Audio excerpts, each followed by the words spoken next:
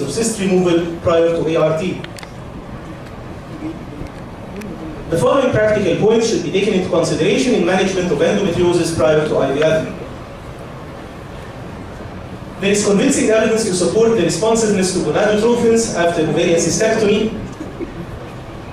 There is convincing evidence to support that responsiveness to gonadotrophins after ovarian cystectomy is reduced and the number and quality of oocytes retrieved are not improved even with best surgical procedure.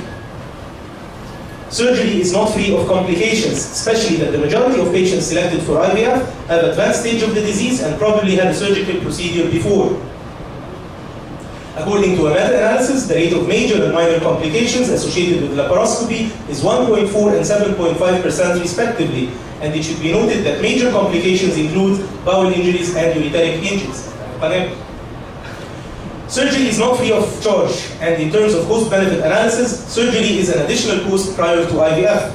Moreover, surgery may be associated with longer days of stimulation and more gonadotrophin requirement.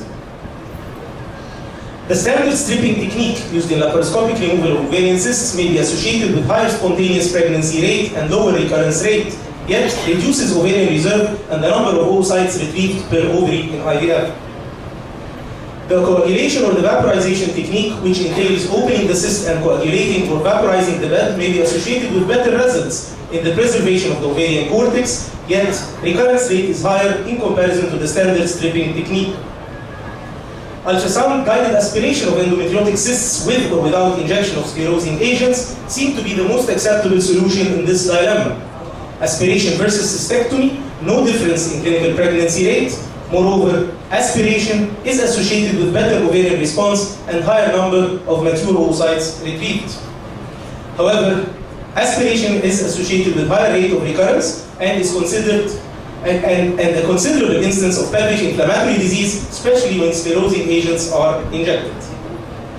Finally, and in conclusion, it should be noted that classic surgical procedure for endometriosis, cystectomy and cyst ablation, is still considered in 4 clinical scenarios.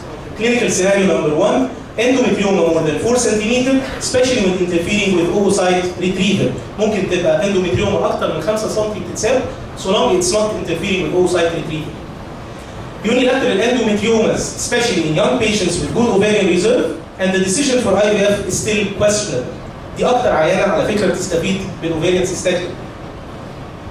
Endometriomas associated with severe pain, here surgery and medical treatment may improve the clinical condition prior to IVF. Clinical scenario الأخراني, endometriomas associated with sonographic pictures suspicious of malignancy. Thank you.